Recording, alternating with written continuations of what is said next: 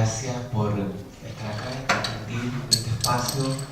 Gracias a la profesora Selma por la invitación, que para mí también representa una oportunidad de aprendizaje y de conocimiento, tomando contacto con ustedes, con las miradas y con los trabajos que acá desarrolla la comunidad académica y sobre todo con la presencia de estudiantes de posgrado. Quisiera partir con un poco de historia para contextualizar, para poder hablar de la actualidad. En Chile en este momento tenemos que ampliar un poco el concepto de actualidad.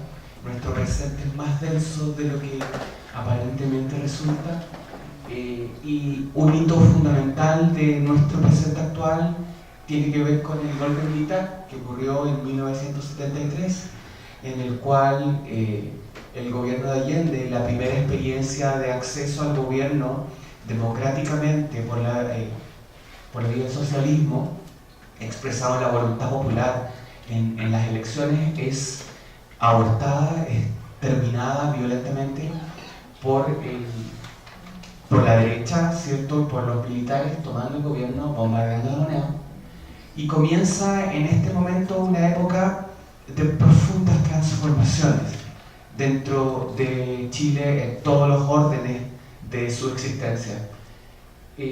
Una primera de estas transformaciones, que para nosotros es importante señalar, tiene que ver con que un año después de tomado el gobierno, se le da fin a la experiencia de las escuelas normales en Chile. Las escuelas normales se habían fundado en el siglo XIX, en 1842, por la mano de Domingo Faustino Sarmiento, un gran intelectual, gran literato, autor del Facundo, una de sus obras más conocidas, que era argentino, había estado exiliado en Chile, partió primero haciendo clases en un pueblo pequeñito, rural, en la ciudad de los Andes, y luego se va involucrando en la vida del país hasta que resulta ser el fundador de la primera escuela normal dentro de Chile. Posteriormente él va a retornar a Argentina, va a ser presidente de la República. Pero esa experiencia de formación anterior a la formación propiamente universitaria en pedagogía, que va a comenzar en 1891 con la creación del Instituto Pedagógico en la Universidad de Chile, que es la primera universidad del país, estatal, pública, va a concluir en este momento. Y el cambio más profundo que se expresa dentro de la institucionalidad es el cambio de constitución a una constitución autoritaria que termina con la visión de Estado benefactor y construye sobre ella el modelo actualmente vigente en Chile de Estado subsidiario. Un Estado que ya deja de hacerse cargo de la ejecución de las principales políticas sociales y las delega, ¿cierto?, en manos de privados.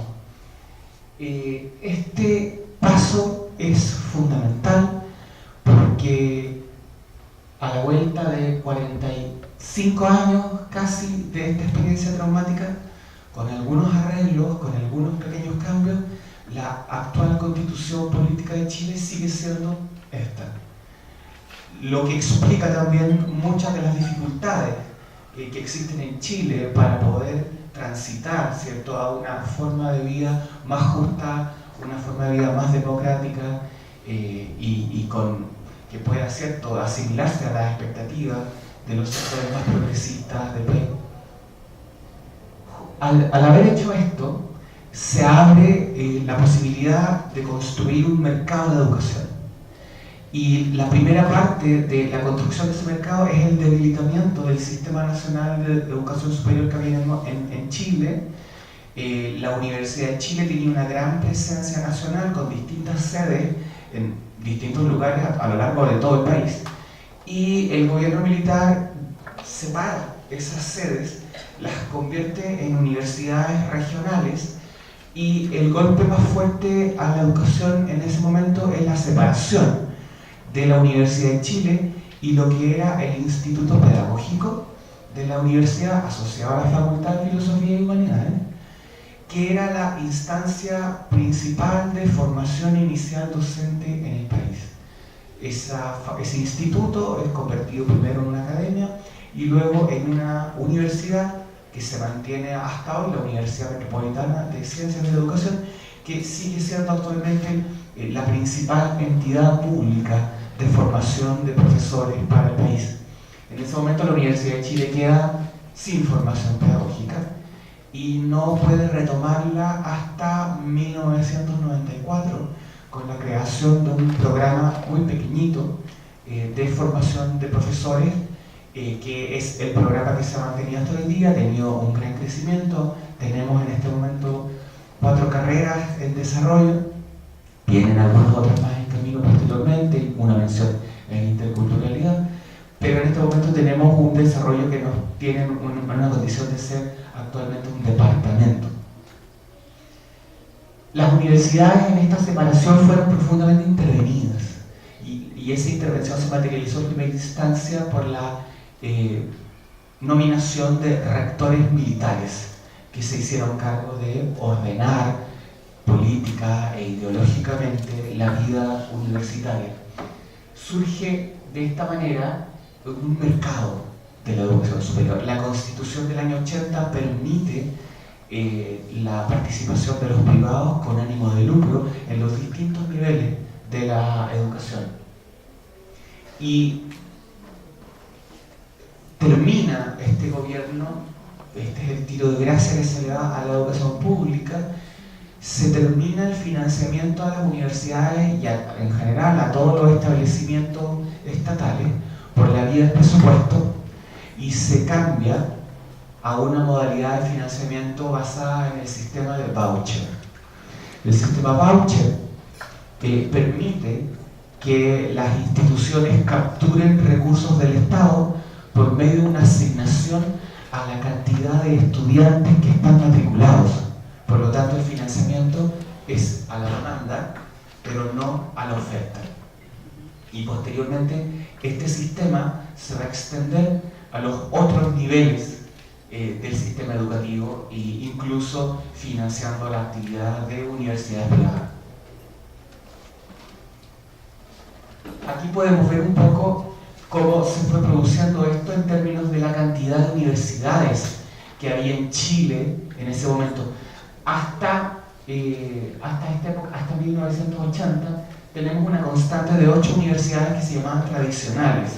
En esta categoría de universidades tradicionales caben las instituciones públicas que existían en Chile hasta ese momento y también un par de universidades privadas sin fines de lucro asociadas a la Iglesia que funcionaban, ¿cierto?, con una vocación de servicio público.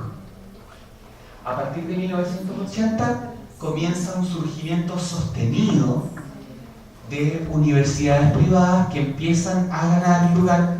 Son instituciones básicamente no selectivas que comienzan a capturar un estrato de estudiantes que no podía, por condiciones socioeconómicas, pero fundamentalmente por condiciones educacionales, obtener los puntajes de ingreso necesarios para las universidades públicas, que son altamente competitivas, y por lo tanto encontraron un espacio de formación dentro de este segmento universitario.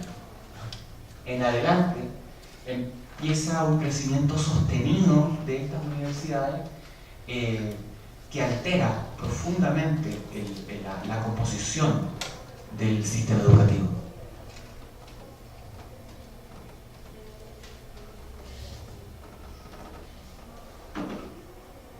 Al surgir esta modalidad de sistema educativo basado en el mercado, lo que se hizo fue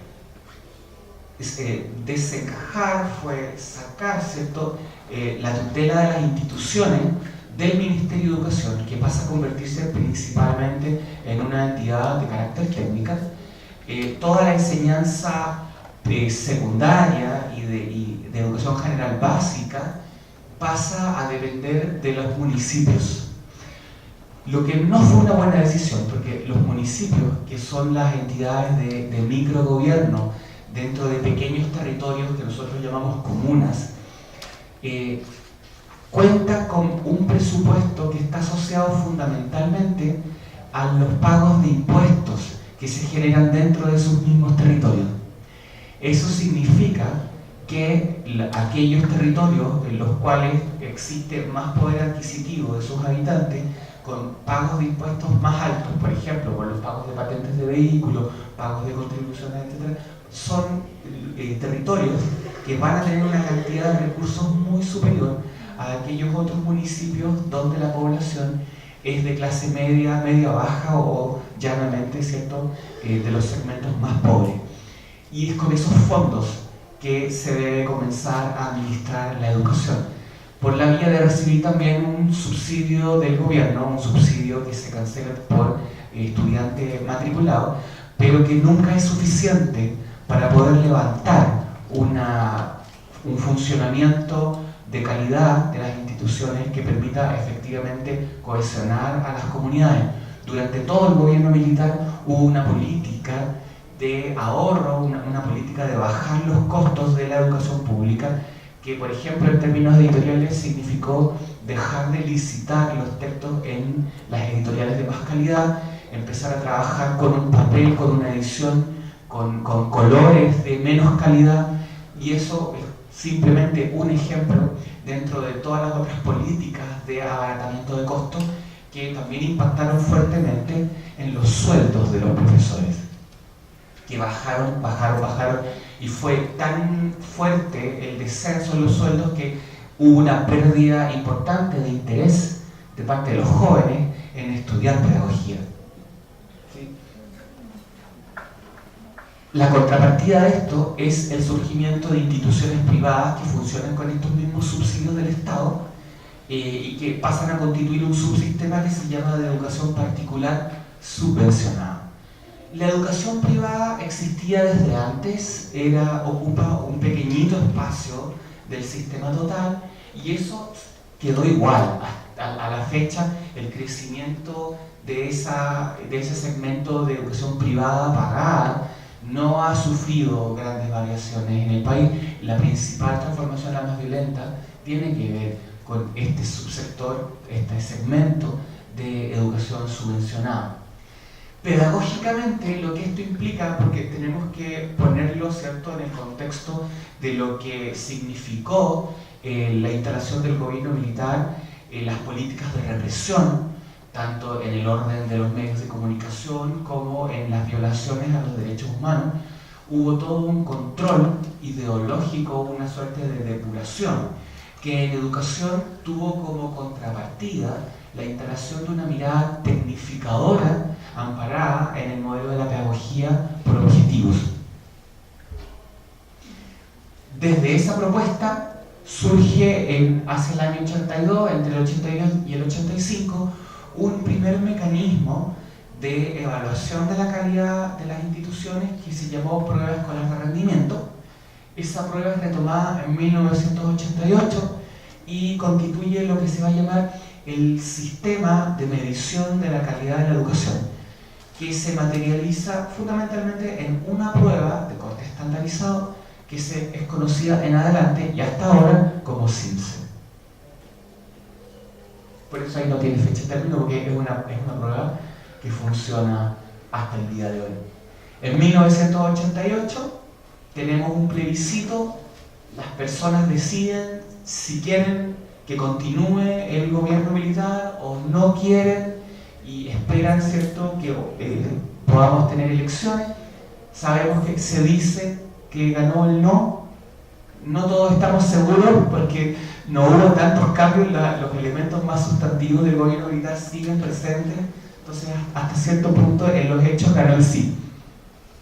El año 89 ocurrieron las elecciones presidenciales, cambiamos de gobierno, pero antes del cambio de gobierno, entre enero y marzo de este año, ya tuvimos 14 universidades privadas nuevas.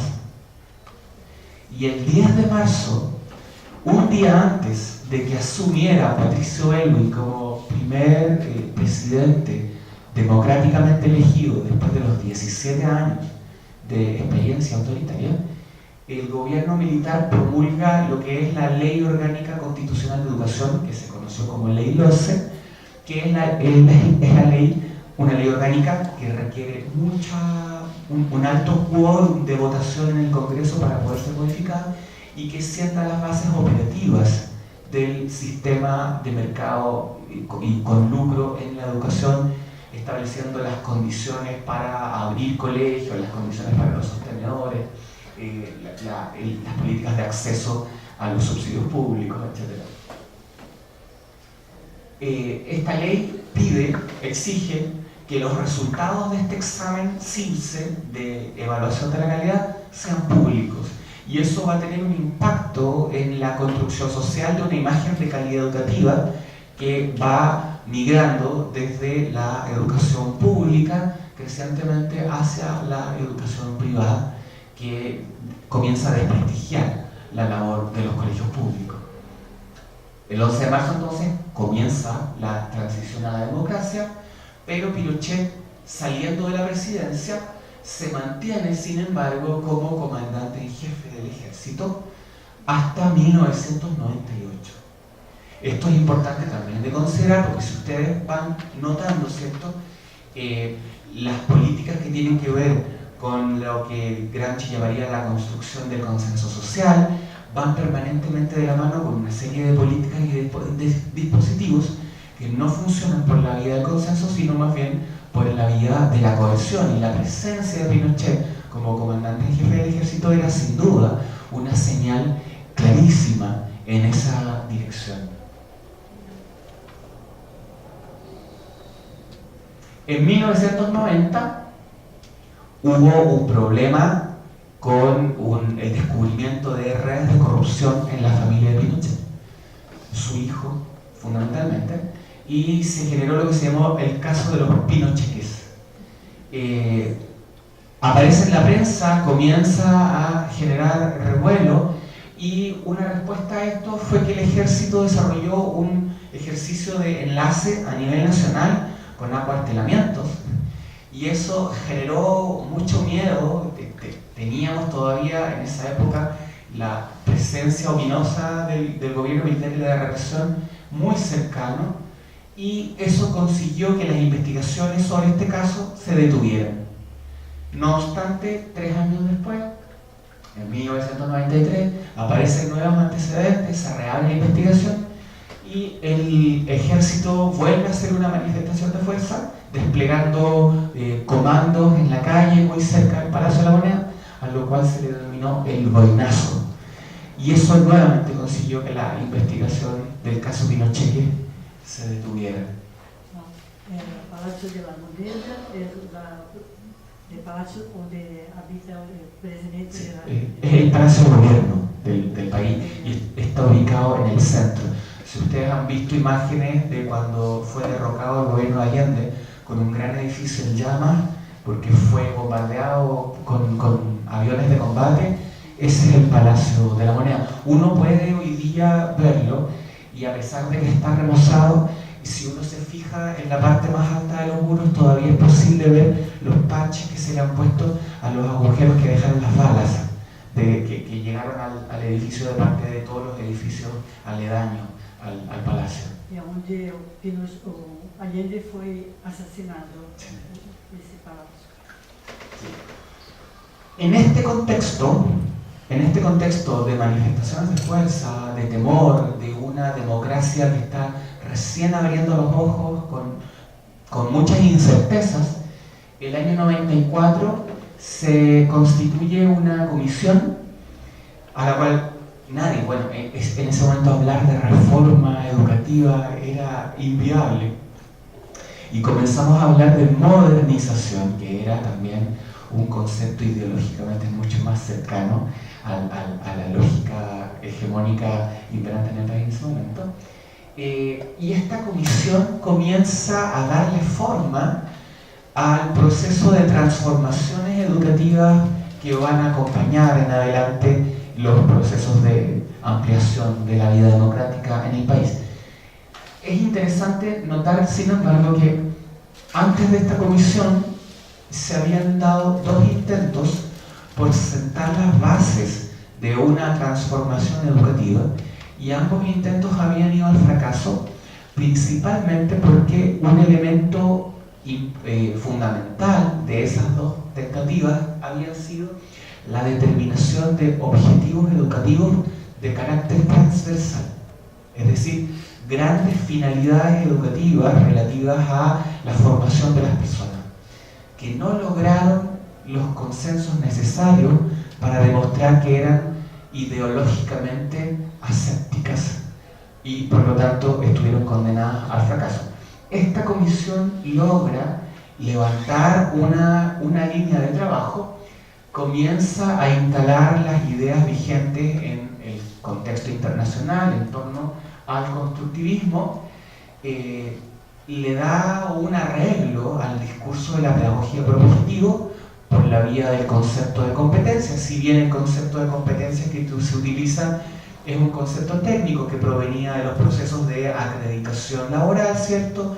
Es un concepto muy cercano al de Leonard Mertens, que le entiende como una construcción tripartita de elementos de saber, elementos procedimentales, elementos actitudinales, que no era una lógica muy distinta de lo que sucedía con las taxonomías de objetivos que segmentaban también ciertamente aspectos emocionales, aspectos intelectuales, etc. Por lo tanto, no era un cambio que pusiera en peligro las bases que se habían querido dar al modelo. Y en 1997 ya tenemos un marco curricular, tenemos en propiedad una propuesta educativa distinta que se materializa en algunos cambios que hoy día uno puede concebir que son sutiles, pero para la época fueron cambios importantes. Por ejemplo, los cambios que se dieron en las asignaturas de lengua materna en castellano, que se llamaban en esa época, y que venía de una visión cultural muy patrimonialista, una idea de formar en el contacto con la historia de la literatura y dentro de ella con grandes obras de la literatura, obras que habían probado ser universales, de gran valor ético, moral, que apelaban a la dignidad de las personas, con una enseñanza gramatical puramente normativa. Eso era lo que caracterizaba la enseñanza de esa asignatura dentro del currículum de la dictadura, y vamos a pasar con este nuevo marco curricular a las visiones comunicativas de la enseñanza de la lengua, vamos a pasar a darle importancia a la lectura, a la interpretación, ¿cierto?, al estudio de los medios masivos de comunicación, vamos a hacer énfasis en el concepto de texto, en sus relaciones con el discurso. Por lo tanto, epistemológicamente se produjeron en ese marco curricular nuevo cambios importantes en la orientación de la educación, pero siempre con estas cautelas, con hablar de objetivos. Nos llenamos de una gran cantidad de tipos de objetivos que en algunos momentos volvieron bastante confuso el trabajo con los programas de contenidos educativos. Y junto con eso vamos a tener un nuevo estatuto docente. Hasta el gobierno de Allende los profesores habían sido funcionarios públicos. Durante el gobierno de Pinochet la baja de sueldos había significado una depreciación de la profesión muy fuerte, y vamos a contar acá con un estatuto que intenta reordenar todavía muy precariamente, pero que sin embargo otorga cierta protección en términos laborales a los docentes que van a trabajar dentro del sistema de educación pública. No obstante, al mismo tiempo debilita la condición de los profesores que van a trabajar en la educación particular subvencionada, porque a ellos los deja sujetos al código laboral del trabajo. Entonces operan como un trabajador más dentro del sistema neoliberal que se está instalando. Y surge un programa importante que es un programa de fortalecimiento a la formación inicial docente, el programa FID. Esto permitió, de nuevo en la lógica de la modernización, tener fondos para que las universidades pudieran revisar sus currícula, pudieran replantearse las orientaciones de la formación. De nuevo en esto es importante recordar que las políticas de represión, de exilio, de tortura, de asesinatos por parte de agentes del Estado habían significado también la pérdida física de una gran cantidad de valiosos intelectuales que pertenecían, ¿cierto?, a las instituciones de educación pública. Por lo tanto, también ahí había una pérdida de conocimiento, una pérdida de saber, una pérdida intelectual profunda dentro de las universidades. Junto con esa revisión curricular se hicieron alcances a la formación práctica de los estudiantes, a la relación, ¿cierto?, con los establecimientos educacionales, se sentaron bases para estándares y también hubo una política de renovación de recursos educativos, fundamentalmente comenzar a introducir las nuevas tecnologías y poder también mejorar las condiciones de capacitación de los académicos, particularmente de las universidades regionales, que comenzaron a poder acceder a formación de posgrado.